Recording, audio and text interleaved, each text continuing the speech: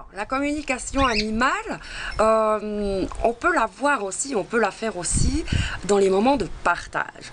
Alors, tout simplement, par curiosité, voilà, pour savoir, moi j'aimerais savoir si mon animal, eh bien, il est heureux chez nous, qu'est-ce que je pourrais faire pour qu'il soit encore mieux, est-ce qu'il aime ses nouvelles croquettes, est-ce qu'il aime son dodo, est-ce qu'il aurait envie d'un autre doudou, enfin de nouveau, cet échange d'informations pour savoir comment il vit avec vous dans votre maison.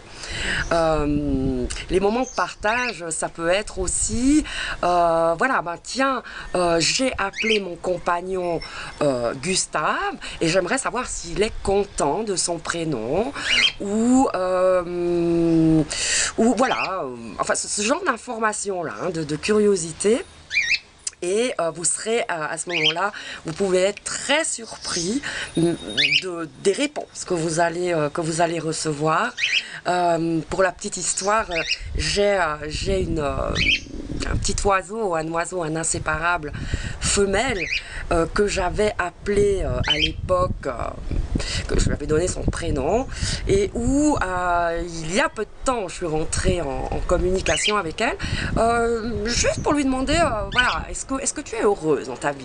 Et où la réponse a été, mais comment tu penses que je peux être heureuse avec un prénom pareil?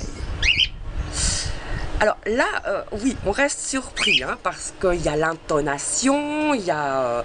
voilà, et là je vais dire, bah, écoute, je suis désolée, à l'époque, j'ai pas forcément pensé de te demander comment t'aimerais t'appeler.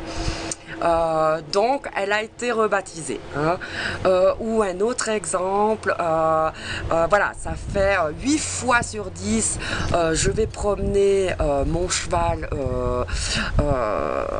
au bord de l'eau, hein, au bord de la rivière, en pensant qu'il aime cet endroit, et où le jour où on va lui demander, il va te dire, bah, il est peut-être temps que tu comprennes que tu m'emmènes au bord de l'eau, mais moi je préfère la forêt, donc il serait peut-être temps maintenant que tu comprennes.